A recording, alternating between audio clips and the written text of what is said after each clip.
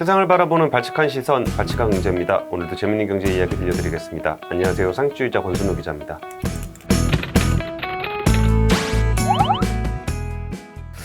요새 글로벌 인플레이션이 전 세계 금융시장에 좀 굉장히 부담을 좀 주고 있는 것 같아요.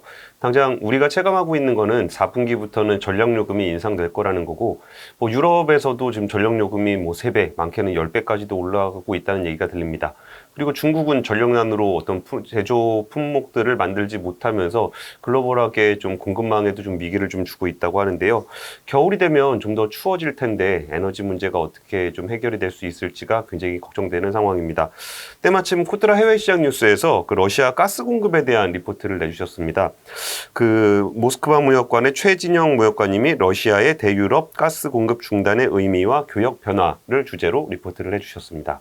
유럽은 러시아 가스관에 대한 에너지 의존도가 굉장히 높습니다. 그 전체 가스 소비에 러시아가 차지하는 비중은 30%가 넘는데요.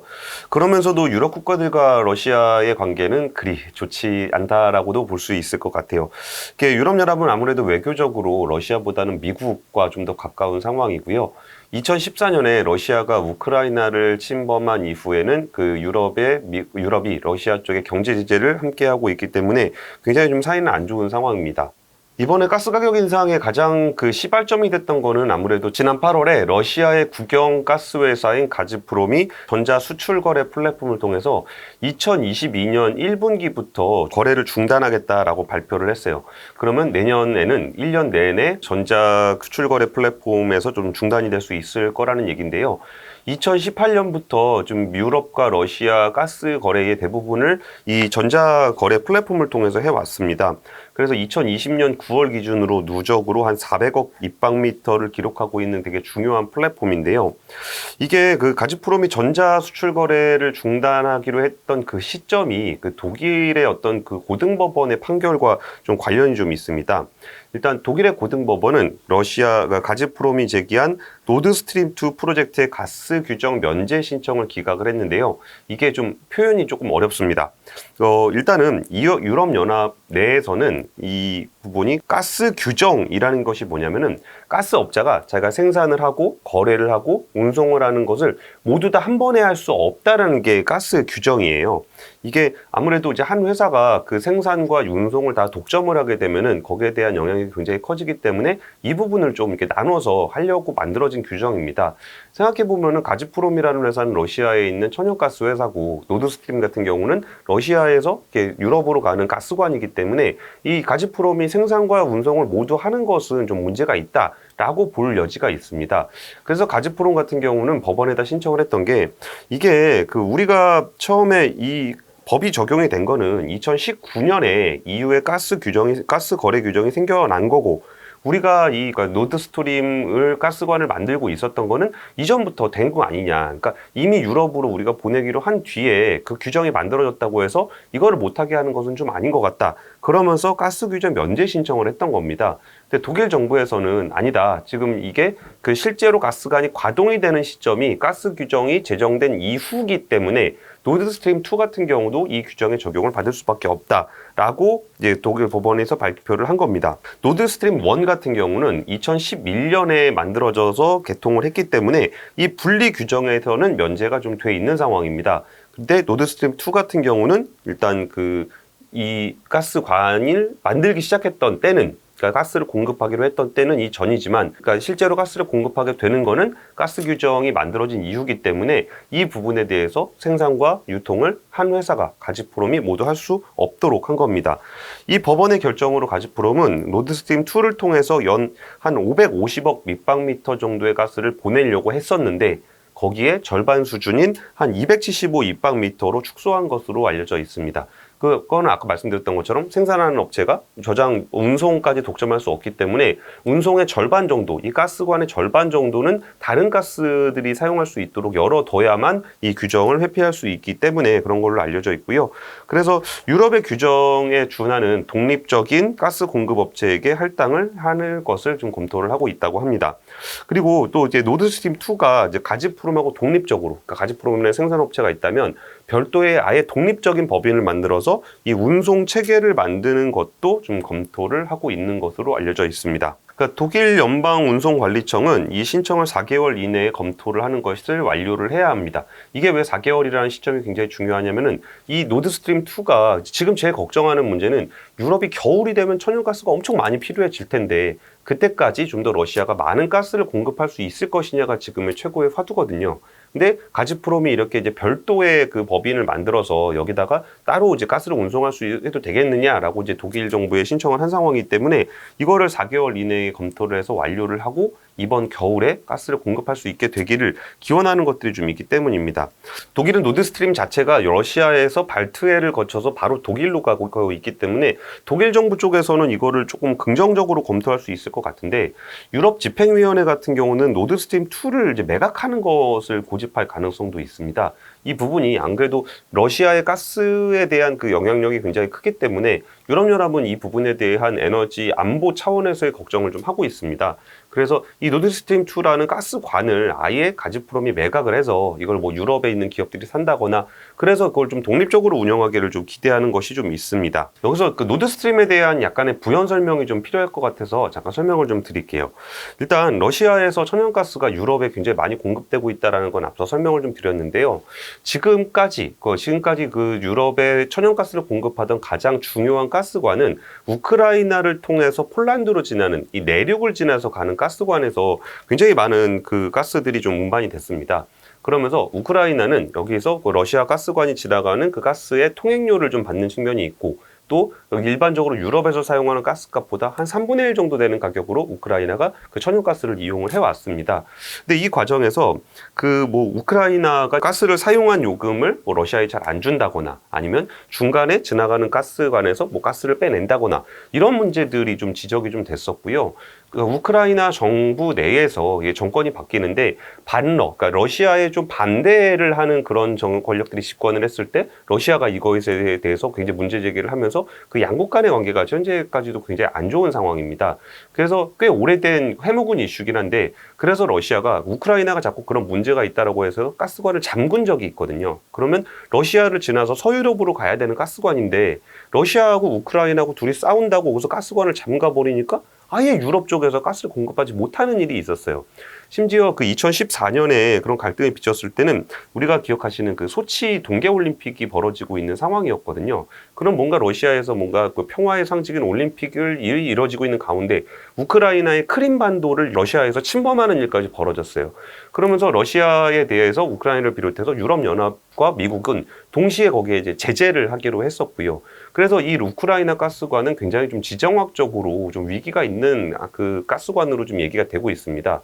그래서 유럽연합의 독일이라든지 러시아가 그 다음에 좀 추진했던 프로젝트가 그러면 내륙으로 가는 그런 가스관이 아니라 이게 그 발트해를 지나서 바다를 지나서 바로 독일로 가는 가스관을 만들게 되면 이런 지정학적인 문제와 상관없이 이게 좀 수월하게 진행이 될 수 있지 않겠느냐라는 의견이 나오면서 노드스트림 1, 2 그 가스관들이 만들어지고 있는 겁니다. 그래서 노드스트림 1은 이미 만들어져서 그 가스를 공급하고 있고요. 노드스트림 2가 지금 원래 올해 8월까지 완공할 예정이었는데 이게 조금 지연이 되고 있는 겁니다. 근데 이 문제에 대해서는 일단 그 유럽연합을 비롯한 다른 국가들이 보기에 아니 뭐 우크라이나의 지정학적인 문제를 해결하는 건 좋은데 그렇다고 해서 러시아에서 가스를 너무나 이렇게 수월하게 받게 되면은 유럽연합이 러시아에다 가스를 의존하는 가능성이 너무 높지 않느냐라는 우려가 되면서 노드스트림 2에 대한 것들을 좀 걱정들을 많이 하고 있어요.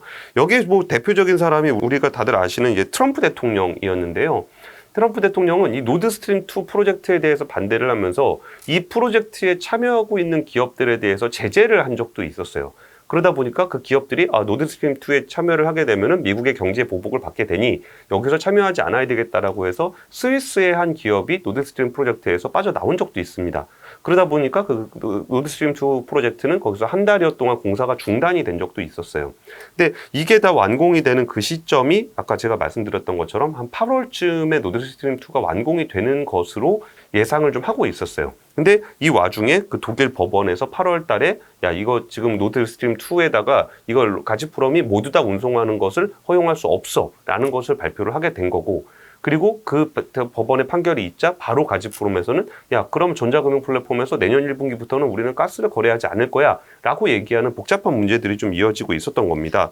그래서 8월 달에 그 일이 있은 이후에 지금까지 가스 가격이 엄청나게 많이 올랐는데요. 그러니까 그때 기준으로 보더라도 연초보다 가스 가격이 무려 193% 거의 2배 가까이 올랐고요.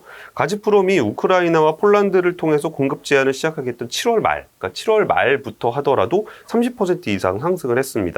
그러면서 지금 상황에서 노드스트림2의 가스 공급이 여기서 개선이 되지 않는다면은 2022년으로 넘어가는 가을 동안도 이제 가스 공급을 제대로 원활하게 받고 가스 가격을 안정시키기는 좀 어려울 거다라는 게 전문가들의 분석입니다. 이제 유럽의 난방 시즌이 되는 게 이제 2달여밖에 남지 않았는데 현재 가스 저장의 어떤 그 재고가 한 68% 정도만 충당이 돼 있어서 가스 가격의 인상은 좀 불가피한 것으로 보입니다. 그리고 이런 문제들이 좀 복합적으로 나타나면서 대러 경제 제재의 영향을 무엇보다 이제 일단 이런 측면에서 무역관님이 분석을 하셨어요. 러시아 시장을 떠난 기업 숫자를 보면 경제 제재의 효과를 좀 볼 수 있지 않겠느냐라고 했는데 예를 들어서 이제 러시아의 가장 중요한 파트너국인 독일 같은 경우에 그 제재를 가하기 전 2014년 이전에는 약 6천여 개 기업이 러시아 시장에 진출을 했었는데 지금은 한 2천여 개 정도가 빠져나와서 한 4천 개 정도가 되고 있다고 좀 얘기를 하고 있습니다. 그런데 여기서 약간의 좀 반전이 좀 있는 것 같아요. 이게 러시아 가스관을 둘러싼 갈등 문제들은 뭔가 지정학적이고 굉장히 복합적인 문제. 아까 전에 제가 설명드리지 못했던 부분인데 이 트럼프 대통령이 이 노드스트림에 대해서 제재를 한 부분이 이게 러시아를 견제하기 위해서 그리고 뭐 유럽의 에너지 안보를 위해서라고 얘기를 하면서도 그 뒤에서는 야, 러시아에서 가스 받지 말고 미국에서 만들어낸 셰일가스를 판매하기 위한 거야 라는 굉장히 복합적인 이유들로 이 일들을 설명을 하고 있어요. 근데 이 무역관님의 분석이 좀 흥미로운 부분은 뭐냐면은 이런 지정학적인 이유와 수많은 갈등 관계에도 불구하고 이 양국의 러시아와 유럽연합의 어떤 관계에서는 경제적인 부분에서 크게 달라진 점이 없다라는 겁니다. 일단 그 대러 제저 이전이 2013년부터 무역 규모가 그러니까 유럽과 러시아의 무역 규모가 어느 정도 감소를 했는데 이거는 제재가 있은 후가 아니라 있기 전인 2013년부터 어느 정도 감소를 하고 있었고 이거는 어떤 경제 제재의 영향이라기보다는 유가 하락의 연관이 훨씬 더 영향을 받은 것으로 보인다는 겁니다. 그리고 경제 제재를 통해서 양국 간의 어떤 무역 규모가 줄었음에도 불구하고 러시아의 전체 수출에서 유럽 쪽 대유럽 수출이 차지하는 비중이 약 44%로 굉장히 높은 수준이 유지되고 있다는 거예요. 그러니까 이게 분명히 그 교역 규모가 줄기는 했지만 이 교역 규모가 줄어드는 것이 경제 제재 때문이라고만 볼 것이 아니라 오히려 유가가 떨어진 것이 오히려 더 많은 영향을 미친 것 같다는 겁니다. 그리고 이게 러시아하고 유럽의 어떤 교역 관계를 보면은 러시아는 가스를 팔아서 돈을 버는 흑자 구조를 가지고 있습니다. 그래서 이게 경제 제재를 통해서 영향을 받은 거라기보다는 오히려 그 유가의 변동성에 따라서 가스 가격이 떨어졌기 때문에 이 수출 규모가 줄었고 그러다 보니까 흑자 규모가 줄어든 거지. 그리고 지금 러시아가 판매하고 있는 수출 품목 중에 대부분이 일단 석유가스 품목의 전체 수출의 40%를 차지하고 있고 원부자재 같은 경우도 60%를 차지하고 있습니다. 그럼 그 얘기는 양 국가 내, 그러니까 러시아가 이쪽에서 돈을 벌어가는 구조가 조금 바뀐 것은 이게 오히려 가격이 떨어지는 유가라든지 가스 가격이 떨어졌기 때문이지 이 경제 제재로 인해서 양 국가 간의 교역이 줄어들었다고 때문이라고 볼 수는 없다는 거죠. 그래서 실제로 이 부분들을 이렇게 보게 되면은 결국 유럽은 러시아의 가스가 필요합니다. 그리고 러시아 같은 경우도 유럽에 가스를 팔아서 자신들의 무역 수지를 지킬 필요가 있어요. 그리고 만약에 러시아는 지금 원자재를 수출하는 것이 경제에서 차지하는 비중이 굉장히 높기 때문에 이거를 가스를 제대로 판매하지 못한다면 러시아의 루블화의 어떤 환율의 변동성이 확대가 될 수밖에 없고 그건 러시아의 경제에서도 위험하다는 거예요. 즉 러시아 같은 경우는 가스라는 어떤 무기를 가지고 있고 자신들이 가스를 공급하지 않음으로써 유럽에다 타격을 줄 수 있는 것은 분명하지만 반대로 러시아가 유럽에다가 가스를 보내지 않을 경우에는 자신들이 가지고 있는 수출 품목의 대부분이 막히게 되는 거고 러시아의 어떤 경제가 안 좋아지고 환율이 안 좋아지면 러시아도 위험하다는 거예요. 그러니까 이 지정학적인 위기는 굉장히 수많은 얘기들을 낳고 있지만 양 국가 간의 EU와 러시아 간의 관계는 굉장히 이 서로 간에 맞물리는 것이 많기 때문에 실질적으로 양 국가의 교역에 줄이는 그런 효과는 없었다는 겁니다. 그래서 2021년 3월 유럽연합의 외교 안보 정책 고위 대표가 유럽과 러시아의 관계에 대해서 좀 요약을 했었는데요. 물론 유럽과 러시아 같은 경우에 냉전 종식 이후에도 충돌 가능성이 굉장히 높았지만 정치적, 이념적, 경제적으로 적절한 거리를 유지해 왔다는 겁니다. 그리고 양자 관계는 냉전 시대보다 훨씬 더 다각화돼 있고 적대적이지 않다라는 겁니다. 그러니까 지금 얘기가 나오고 있는 그 유럽의 어떤 그 에너지 위기라든지 천연가스 가격의 위기가 어떻게 일각에서 보면은 굉장히 위험한 상황으로 보이긴 해요. 에너지 비용이 올라가고 겨울은 좀 더 추워지고 가스 재고는 줄어들고 그러면 진짜 금융시장에 어마어마한 인플레이션 그리고 어마어마한 에너지 위기를 볼 수 있을 거 아니냐라는 우려가 들긴 하지만 양 국가 간에 지금까지 해왔던 교역 관계라든지 여기에 실질적인 영향을 미쳤다라는 거라든지 그런 것들이 정말 말의 성찬, 갈등의 연속이었지만 실질적인 교역 관계에 있어서까지 타격을 주진 않았다는 것이 그 무역부 대표의 어떤 발표입니다. 그리고 유럽 비즈니스 협회에서 러시아에 진출했던 유럽 기업을 대상으로 조사를 해봤는데요. 여기에 비즈니스에 악영향을 미친 것이 무엇이라고 생각하느냐라고 생각하면은 이게 막 트럼프 대통령하고 푸틴 대통령하고 싸우고 뭐 EU하고 러시아하고 싸우고 이런 것들이 굉장히 우려스러운 듯이 보이지만 실질적으로 비즈니스를 하는 사람들이 악영향을 미쳤다고 생각하는 첫 번째는 루블화 환율 변동이었습니다. 그러니까 이게 아까 말씀드렸던 것처럼 뭐 가스를 팔아서 돈을 받아오면 그걸로 루블화의 가치를 유지하는 이 부분들이 흔들릴 경우에 기업들이 기업 활동을 하기가 더 어려웠다는 거고요. 두 번째가 이제 서방 제재는 두 번째 순위였습니다. 그리고 세 번째는 대러시아와 미국의 제재의 악영향의 세 번째였고 네 번째는 국제 유가 변동이었습니다. 그러니까 비즈니스를 하는 입장에서는 뭐 미국과의 갈등이라든지 서방의 제재도 굉장히 걱정되는 품목이긴 하지만 국제 유가라는 어떤 원자재 상품 가격 그리고 그거와 함께 직접적인 영향을 미치는 루블화의 환율이 오히려 기업을 하는 분들에게는 굉장히 큰 걱정이 되는 부분이라고 했습니다. 요약을 해보자면은 지금 노드스트림 2가 이제 완공이 됐습니다. 9월 달에. 그래서 이제 가스를 이제 보내야 되는 시점이 됐는데 이 시점에 유럽이 가스 수요가 좀 더 많아지게 되면서 천연가스 가격은 굉장히 올라갔습니다. 그리고 겨울이 됐고 글로벌 유동성이 풍부한 상황에서 전 세계가 지금 에너지 때문에 굉장히 좀 인플레이션이 될 거야 라는 우려가 지금 굉장히 많이 나오고 있는 상황입니다. 근데 사실 지금까지 어떤 우리를 비롯해서 서방 언론들도 많이는 포지션을 잡고 있는 거는 지금 이거를 좀 지정학적으로 러시아가 무기화를 하고 있다라는 포지션이 굉장히 강하게 좀 인식이 좀 되고 있어요. 여기서 그 러시아의 입장을 잠깐 설명을 드리면은 치조프 유럽 주재 러시아 대사는 일단은 러시아는 천연가스 급등과 관련이 없다. 우리는 계약한 대로 그 천연가스를 계속적으로 공급을 하고 있고 이번에 그 천연가스 가격이 유럽에서 급등했다고 해서 푸틴 대통령이 거기에다 또 생산을 늘릴 거라고 지시를 했다. 그리고 가즈프롬은 그 지시를 또 신속하게 이행을 할 것이라고 좀 자신들은 생각을 한다라고 좀 얘기를 하고 있습니다. 그리고 물론 이와 더불어서 지금까지 만들어왔던 노드스트림 2가 완공이 됐으니 이거를 좀 더 신속하게 좀 풀어줘서 그러니까 정말 천연가스 공급을 원활하게 할 수 있으면 좋겠다라는 심리가 없는 것은 아니다라는 점도 명확하게 했고요. 그리고 여기서 강조하고 있는 치조프 대사가 강조하고 있는 거는 지금 일어나고 있는 모든 문제는 인위적이고 정치적인 이유 때문에 발생을 한 거다라는 이야기를 했습니다. 그러니까 이게 실질적인 에너지 위기라기보다는 뭔가 서로 간의 어떤 정치적인 어떤 이득을 얻기 위한 말의 연속들 이런 부분들이 오히려 시장에 충격을 주고 있는 거지 실질적으로 에너지가 부족하거나 가격이 급등하는 모습은 좀 아닐 거라고 얘기를 하고 있습니다. 여기서 또 하나 지금 가즈프롬 쪽에서 얘기하고 있는 부분들은 그 지금까지 가스는 굉장히 장기 계약으로 좀 가져가는 측면이 있었습니다. 5년, 10년 이렇게 길게 가격을 정해서 이걸 물량을 주게 되는 건데 그러면 생산업체 같은 경우는 이거를 좀 가격 예측을 할 수 있기 때문에 좀 더 수월할 수 있습니다. 그리고 지금 러시아 같은 경우는 가스를 팔아서 벌어들이는 수입이 굉장히 많기 때문에 이 부분, 가스의 가격의 변동이 그 러시아의 루블화의 환율 변동과 직결되기 때문에 러시아 경제가 좀 더 장기적인 안정성을 확보하기 위해서는 가스 가격을 장기로 가져가고 싶은 욕심이 분명히 있습니다. 근데 여기에 이제 유럽에 있는 업체들은 뭐 굳이 이거를 장기물로 해서 가격을 이제 고정을 시키는 것보다는 그때그때 현물 시장에서 스팟 시장에서 가격 변동에 따라서 사용하고 싶은 생각이 좀 있거든요.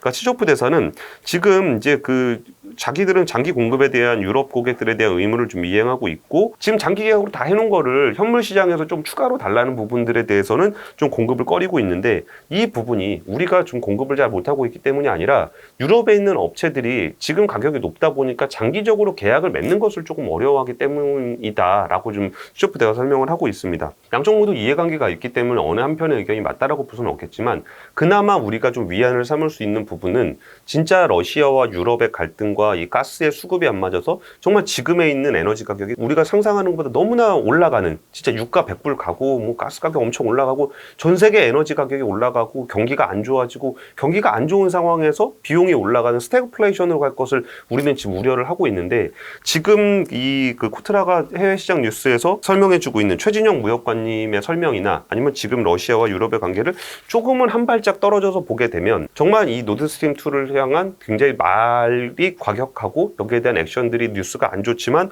실질적인 어떤 경제 상황에서 정말 충격을 줄 정도의 펀더멘탈은 아닌 것 같다라는 부분도 어느 정도는 좀 추정해 볼 수 있을 것 같습니다. 이런 부분들이 좀 개선이 되게 되면 러시아에서도 좀 더 그 유럽에다 가스를 공급할 수 있는 여지가 있고, 그러면 이 가스를 받아서 유럽에서도 어느 정도 에너지 가격을 안정시킬 수 있는 이런 해법이 좀 우리가 너무 겨울에 에너지 가격이 올라갈 것만 걱정할 것이 아니라 조금 더 한 발 떨어져서 보면은 지금 분명히 그런 부분들에 대한 충격을 완화하기 위한 어떤 움직임들도 나타나고 있다는 것을 좀 확인해 볼 수 있었던 것 같습니다. 안 그래도 저도 이 문제 때문에 에너지 문제와 그 친환경 전환과 이런 부분에 대해서 걱정을 참 많이 했었는데요. 조금은 좀 안정되는 모습을 좀 보였으면 좋겠고, 이게 단기적으로는 글로벌 인플레이션의 문제이고 중장기적으로는 탄소 중립 전환을 대응해가는 과정의 문제이기 때문에 이런 문제들은 정말 글로벌한 협력이 좀 잘 이루어졌으면 좋겠습니다. 오늘은 코트라 해외 시장 뉴스와 함께 해봤고요. 좀 가치관 문제였습니다. 감사합니다.